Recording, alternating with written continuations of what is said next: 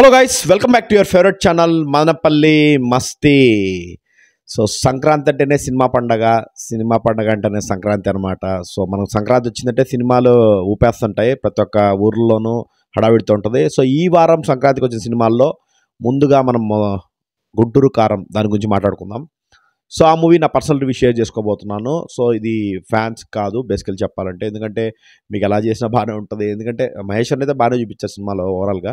But cinema ఓవరాల్గా చూసుకుంటే గుంటూరు కారం సినిమా ఎలా ఉంది అని చెప్పి మనం రివ్యూ మాట్లాడుకుందాం. ఓకే గైస్, గుంటూరు కారం రివ్యూ గురించి మనం మాట్లాడుకునే ముందు డెఫినెట్లీ ఒకసారి లైక్ చేసి సపోర్ట్ చేయండి. అండ్ అలాగే నా ఒపీనియన్ మీకు నచ్చినట్టయితే డెఫినెట్లీ సబ్స్క్రైబ్ చేసుకోండి. అండ్ అలాగే ఇలాంటి రివ్యూస్ ఫాలో అవ్వండి. సో ఈ నా పర్సనల్ రివ్యూని మీరు ఫాలో అవ్వచ్చు, అవ్వకపోవచ్చు, అది మీ opinion guys. But just as a movie లవర్గా నేను నా ఒపీనియన్ షేర్ చేసుకుంటున్నాను.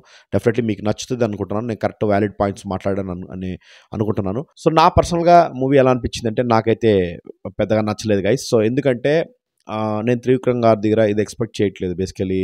అదే టెంప్లెట్స్తో ఓల్డ్ ఆయన సినిమా టెంప్లెట్స్ తీసుకొచ్చి అండ్ మాస్గా చూపించడానికి ట్రై చేశారు మహేష్ బాబు గారిని. బట్ మాస్గా చూపించడం వరకు బాగానే ఉంటుంది అండ్ ఫ్యాన్స్ కూడా బాగానే ఉంటుంది. కొన్ని షార్ట్స్ కూడా చాలా బాగున్నాయి. అంటే మెయిన్ ఆ బిడి సంబంధించిన షార్ట్స్ కానీ కొన్ని మాస్ ఆడియన్స్ కూడా కొద్దిగా కనెక్ట్ అయ్యే ఛాన్స్ ఉంది. బట్ ఓవరాల్గా ఏంటంటే routine templates and routine commercial సినిమాలు చూసే వాళ్ళైతే ఒకసారి ట్రై చేయొచ్చు డెఫినెట్లీ చెప్పాలంటే. బట్ నాకైతే పర్సనల్గా నచ్చలేదు పెద్దగా, ఎందుకంటే త్రివిక్రమ్ గారు లాంటి పెద్ద డైరెక్టర్ రైటర్ నుంచి ఇది ఎక్స్పెక్ట్ చేయట్లేదు.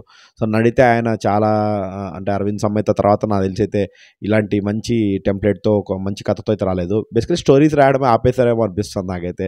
మంచి కథ రావాలని నేను కూడా కోరుకుంటున్నాను, చూద్దామని. బట్ అక్కడే తిరుగుతున్నాడు ఆయన. కథలన్నీ ఒకేలా ఉంటున్నాయి పెద్దగా. సో చాలామంది మీకు ఆడియన్స్ కూడా రివ్యూ ఇచ్చారు అండ్ ఫ్యాన్స్ కూడా ఇచ్చినారు. ఫ్యాన్స్ కూడా కొంతమంది జెన్యున్గా చెప్పారనమాట. So definitely we have to accept that.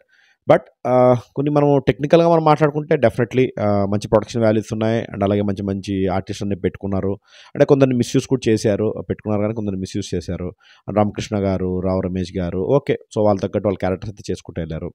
But technically మనం చూసుకుంటే కెమెరా వర్క్ కానీ, షార్ట్స్ కానీ, అండ్ మంచి మంచి లొకేషన్స్ కానీ అన్నీ వర్కౌట్ అయినాయి. అండ్ బీజిఎం గురించి మనం మాట్లాడుకోవాలి అండ్ సాంగ్స్ గురించి మాట్లాడుకోవాలి. సో సాంగ్స్ గురించి పెద్దగా గొప్పగా చెప్పుకోవడానికి ఏం లేదు.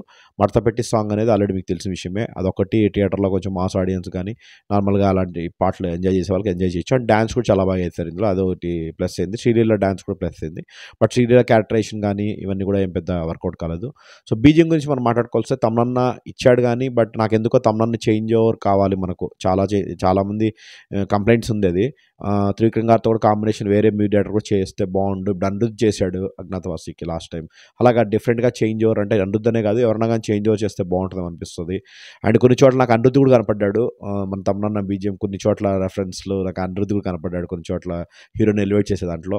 బట్ ఇవన్నీ పక్కన పెడితే ఓవరాల్గా అయితే కథ లేదు. బేసికలీ ఇది స్టోరీ మనం మాట్లాడుకుంటే పెద్ద కథ లేదు. చెప్పడానికి మీకు ఫస్ట్ 15 నిమిషాలని కథ పూర్తిగా అర్థమైపోతుంది, క్యారెక్టర్స్ అర్థమైపోతాయి. సో అందుకు గొప్పగా ఏం చెప్పుకోవడానికి లేదు.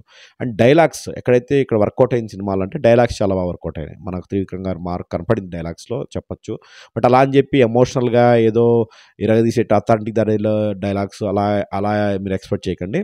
బట్ సినిమా క్యారెక్టర్ తగ్గట్టు, హీరో క్యారెక్టర్ తగ్గట్టు వన్ మ్యాన్ షో చేశారు మహేష్ బాబు గారు, అదైతే పక్కా చెప్పొచ్చు. మహేష్ బాబు అన్న నాకైతే ఓకే, ఆ మాస్ లుక్ అంతా కూడా ట్రై చేశారనిపించింది. బట్ అలా అని చెప్పి 100% మొత్తం చేశారంటే కూడా లేదు, ఎందుకంటే ఎమోషన్ కూడా కొంచెం మిస్ అయింది అనిపించింది. ఇంకా మదర్ సెంటిమెంట్లో కానీ ఇవన్నీ కూడా ఎమోషన్స్ ఇంకా కొంచెం యాడ్ చేసి మంచి మంచి సీన్ రాసిండొచ్చేమో నా ఒపీనియన్. అంటే జస్ట్ ఒక ఆడియన్గా అయితే చెప్తున్నాను నా ఒపీనియన్.